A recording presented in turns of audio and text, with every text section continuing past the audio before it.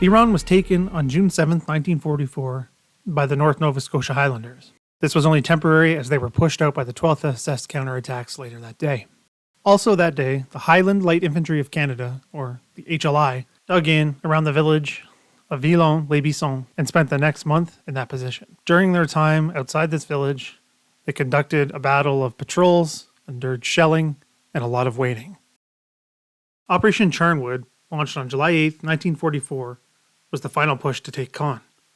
The 9th Canadian Infantry Brigade led the attack for the 3rd Canadian Infantry Division. They were to capture the area southeast of their current positions. The 7th Canadian Infantry Brigade would then pass through them and continue the attack toward Caen. On the Canadians' left was the 59th Staffordshire Division. The HLI was supported by several other units. These included A Squadron of the 27th Canadian Armoured Regiment, also known as the Sherbrooke Fusiliers, number 245 Anti-Tank Battery of the British Royal Artillery, Class 1 Troop, 1 6-pounder troop of the 94th Canadian Anti-Tank Battery, and 2 sections of the 18th Field Company, Royal Canadian Engineers. Numerous field regiments of artillery also supported the attack. They were up against the 25th SS Panzer Grenadier Regiment of the 12th SS Hitler Youth Panzer Division. Here are some of the members of the 25th in La Villeneuve near Roe after their defeat in Bretteville in early June. By this point in the Normandy campaign, the Canadians were aware that the 12th SS had murdered Canadian POWs. There was certainly no love lost between the two units. The artillery barrage began at 0500 hours, and the Germans responded with artillery fire into LaVigne. The troops of the HLI in LaVigne, massing for the attack, were either shaken awake by the beginning of the artillery bombardment or forced into their slit trenches by the German response. The anti-tank ditches were the key defensive feature that the HLI faced during the initial assault on Buron. These ditches were 12 feet wide by 15 feet deep.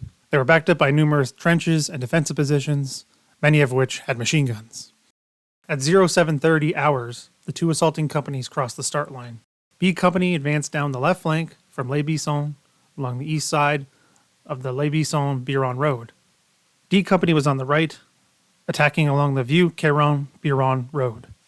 August Augie Hirschenrader led 18 platoon during the attack, as the platoon commander was designated left out of battle, which means soldiers, usually the leadership positions like second in command or senior other ranks, are purposely left behind during the attack in case the unit takes such heavy casualties that it needs to be rebuilt.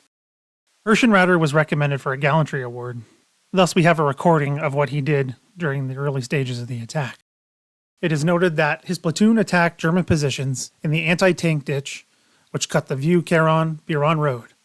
It was strongly held by several German MG posts. Sergeant Hirschenrader led his men as they went from position to position cleaning up. So fierce was their attack that many Germans were killed and the rest in the ditch gave up.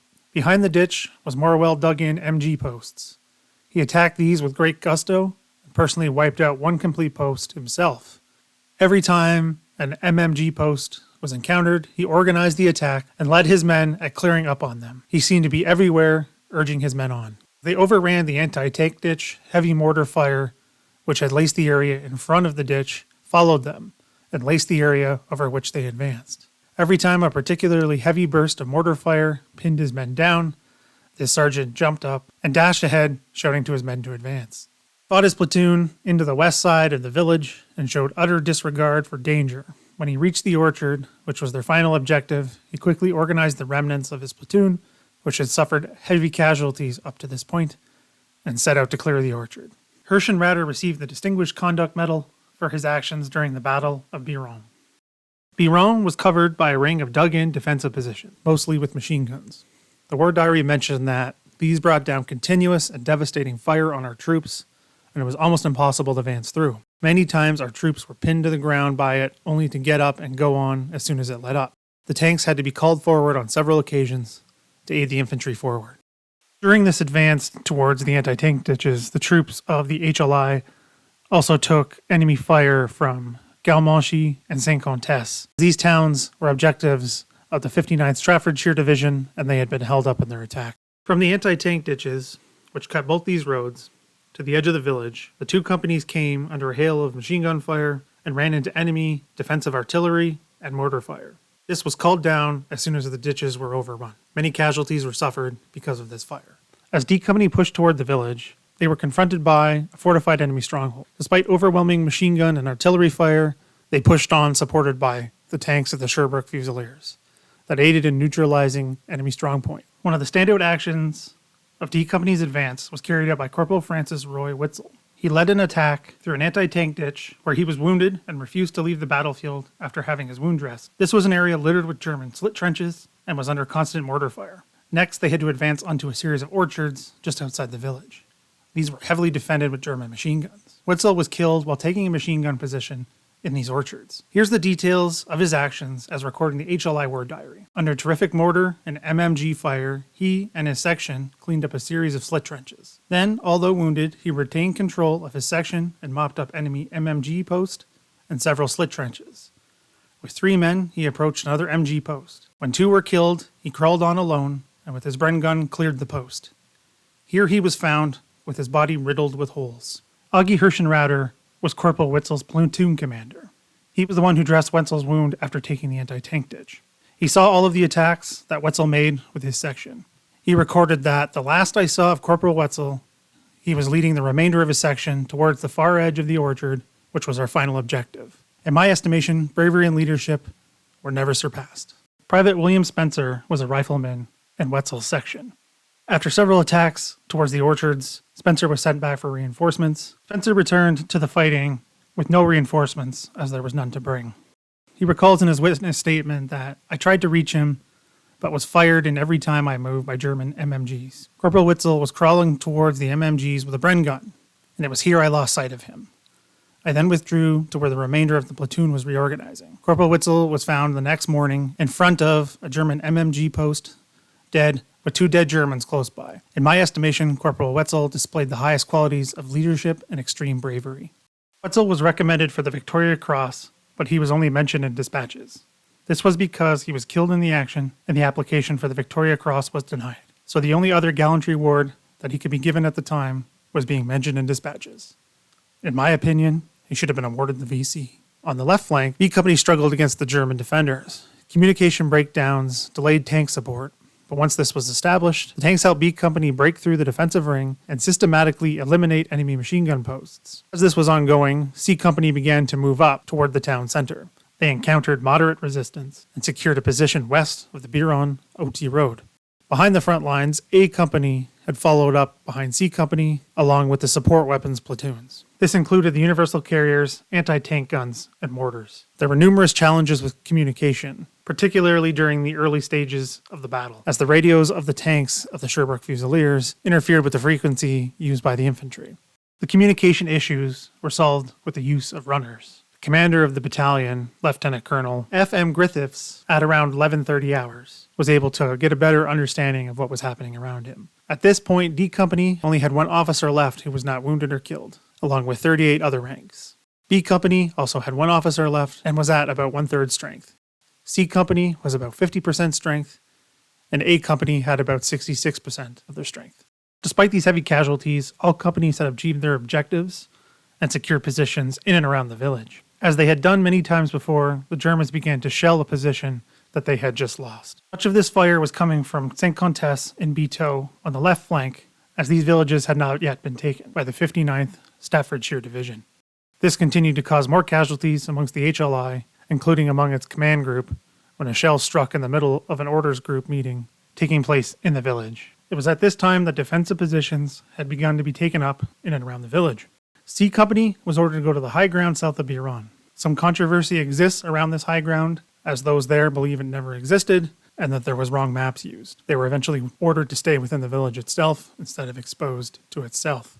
A Company replaced D Company in the orchard, as D Company was too weak to hold it against a counterattack, then forming up from the southwest of their position. During the afternoon, the enemy continued to shell every corner of the village systematically. This continued to cause casualties, putting a strain on the stretcher bearers and those helping to get the wounded out of the village. Due to the high number of casualties taken during the advance and fighting to take Buron, those troops that were left out of battle were brought into the fighting to help with the defense of the village. Expected counterattack did come at some point in the afternoon. As the war diary recalled, B Company was in for a shaky time when it was attacked by 8 Tiger tanks. The counterattack was repulsed, and the tanks in support of that company did noble work by knocking out 6 of the 8 and driving the other 2 away at a cost of 3 SPs, which stands for self-propelled, which is artillery. Arville James Ritzie recalled the armored counterattack. Our unit was the 12th platoon of the Highland Light Infantry. We were attacked by 8 Tiger tanks, and if it hadn't been for the help of a self-propelled 17-pounder, we would have been eliminated. They knocked out 3 of the German tanks, and the rest retreated. So that was our worst engagement. Sergeant J.P. Kelly, who was also there for the counterattack, recalled, "Everything was all confused, but the 14 of us made it through to the orchard. 8 tanks came at us in the orchard. We had these projectile infantry anti-tank weapons. Piot. It worked like a coil spring. Cock it with your feet. It had a 4-inch barrel on it and a charge like a mortar shell. The tailpiece comes back at the guy who fires it, so you gotta duck. I got 2 tanks with it, too damn scared to run." Major Deward, nicknamed Dirty Dave, was the company commander. He recalled, "We all carried our Piots. They were awkward and heavy, but they did good work." While the HLI diary says that it is tanks that helped repulse this counterattack, it does mention the SPs, which were part of a British unit supporting the HLI. This was the 245 anti-tank battery. They were equipped with M10 self-propelled guns. The War Diary of the Sherbrooke Fusiliers, which was the armored unit supporting the attack into Buron, makes no mention of a counterattack of Tiger tanks, nor engaging any at that time. Therefore, I believe that it was the 245 battery that helped support the company in repulsing the attack of the German Tiger tanks.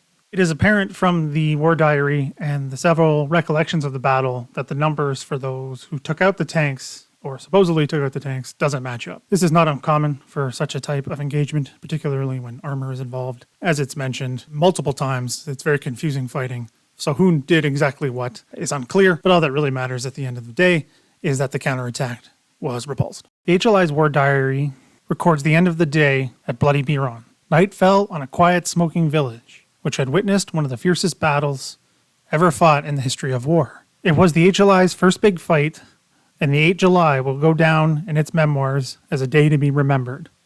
The ranks were sadly depleted, and reorganized showed them to be thin on the ground. Too thin to stave off a counterattack in the night. Yet they doggedly dug in, determined that their day's work would not be in vain. And though dead tired, ready to go on to Caen the next day, if the opportunity presented itself. 100% stand to was maintained during the night, but the enemy had expended all his energy during the day, and with the exception of a few snipers trapped behind the lines, all was quiet, and the night passed without event. Buron, indeed, had been very bloody for the members of the Highland Light Infantry of Canada. They suffered a high number of casualties in the fight to take the village. They lost 262 casualties. 62 of these were fatal. In his book on the HLI at Buron, Captain J. Allen Snowy provides numbers of the prisoners of war taken by the HLI from the 12th SS. In the 3rd Battalion of the 25th Panzer Grenadiers, it's recorded that 31 prisoners were taken from number 9 Company, 10 from number 11 Company, and 5 from the 12th Company. Number 10 Company is recorded as having no prisoners taken by the HLI. The HLI did in fact move toward Caen the next day, July 9th. They moved via Franceville to Saint-Germain, where they set up at a seminary. Their War Diary records that we were met in Saint-Germain in the outskirts of Caen by very happy civilians. Flowers and good wishes strewn everywhere. These people were really pleased to see us. There are several memorials to the HLI along with the 9th Brigade in and around Buron. This wartime map shows their locations. The first you can see here is the memorial at Hell's Corner, dedicated to the 9th Brigade. The HLI spent a month before the attack into Buron. Here you can see the multiple memorials to the HLI in the center of Buron. You have the smaller one with the black stone, was put in later, and the much larger one to its right, commemorating the battle. Bloody Buron has certainly been remembered not only among the Royal Highland Fusiliers of Canada, the amalgamated unit of the HLI, and the Scots Fusiliers of Canada, but others who know of the sacrifices and courage of these soldiers in Normandy 80 years ago.